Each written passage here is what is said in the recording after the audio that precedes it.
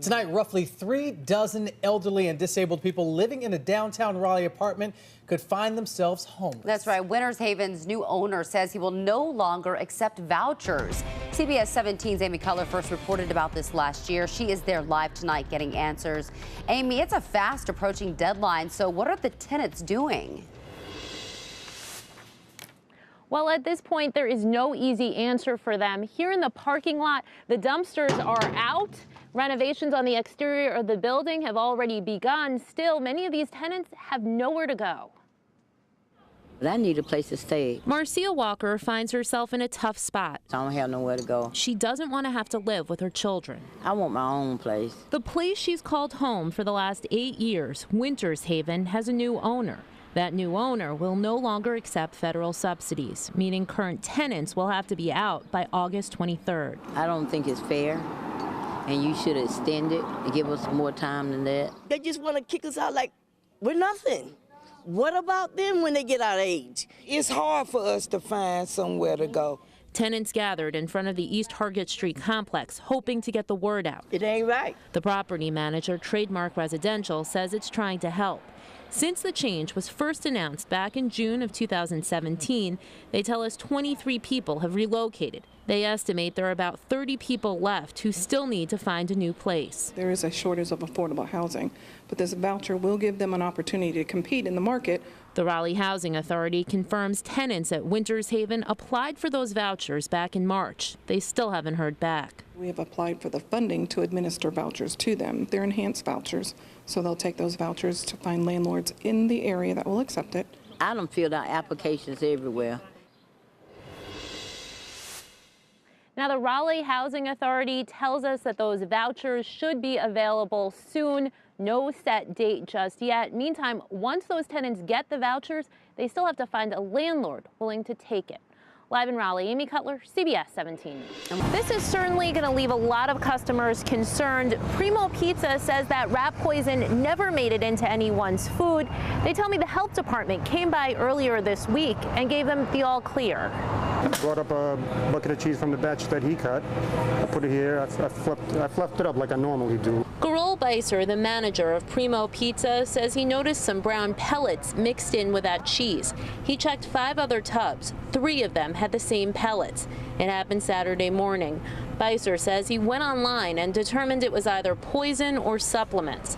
That's when he checked their surveillance video. Beiser tells me he could see one of their kitchen workers, 59-year-old Ricky Adamy, putting something into the cheese. Beiser called police. Everything he touched, I threw away. All the containers, the parts of the machine, the cheese, of course.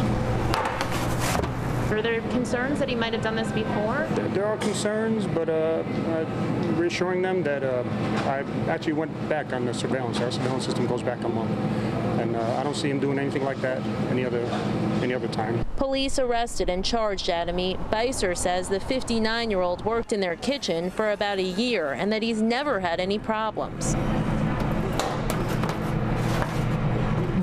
I don't think it's any reflection on the owners at all. So I'm here today, because and you're going to eat the pizza. I'm going to eat the pizza. Hearing about this, would that stop you from coming back here? Probably so, once my wife finds out about it. Beiser says Adamy got into trouble with the owner in the hours prior to the incident. He believes that may have set him off. Adamy remains behind bars tonight on a $100,000 secured bond. In Fayetteville, Amy Cutler, CBS 17 News. Doors and windows shattered and more than $20,000 worth of comics and toys stolen overnight from 3 different comic book stores in the Triangle. The stores in Durham, Cary, and Raleigh all hit by a real-life villain over a 7-hour period between 9 o'clock Sunday night and early this morning. CBS 17's Amy Cutler spoke with management. She's live at that store in Raleigh. Amy.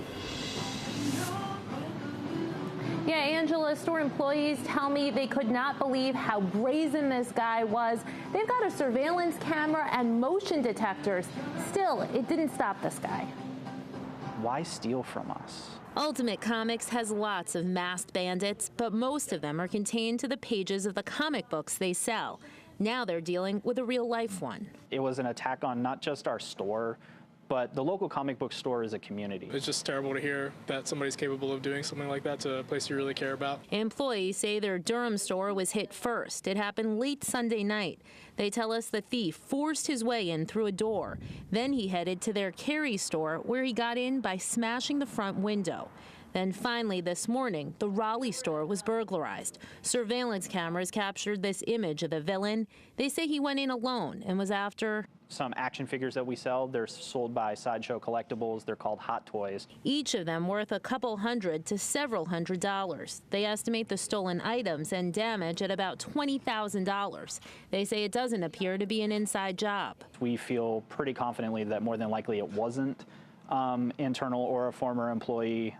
There's some things that we've seen through each of the stores that some of our folks or former folks would have known that went untouched. It's just awful. You don't want these things to happen in places like these. Ultimate Comics quickly took to Facebook to let people know what had happened. Their post shared hundreds of times. Now, that store manager tells me that they have received calls from all across the area, all across the country. So many people hoping police catch who's ever behind this. Live in Raleigh, Amy Cutler, CBS 17. Hours after he was scheduled to be in court to face a DWI charge, Robert Williams Jr. was sworn in as the new mayor of the small town of Sharpsburg, a race he won by just 7 votes. The small town borders Edgecombe, Nash, and Wilson counties. CBS 17's Amy Cutler was the only local television reporter there for tonight's ceremony and found mixed reactions about the new mayor's rocky start. It was the one thing on everyone's mind at Town Hall and the one thing that no one wanted to talk about, and that's the DWI charge the now Mayor Williams is facing. I asked him about it. And with that, Sharpsburg has a new mayor, Robert Williams Jr. As with any new administration, there will be changes. Williams didn't elaborate on that or mention the charge he's now facing. The new mayor is accused of drinking and driving on the very night he was elected to this office. Police say he almost crashed his car near Town Hall. Given your recent incident with the drinking and driving, some are going to question your character. What would you say? We're not even talking about that. If you want to talk about that, talk to my attorney. Things happen, and I'm sure that he probably was celebrating a little bit too early. The new mayor pro tem and commissioners quick to come to his defense. Police say Williams' blood alcohol content was 0.13. The legal limit in our state is 0.08.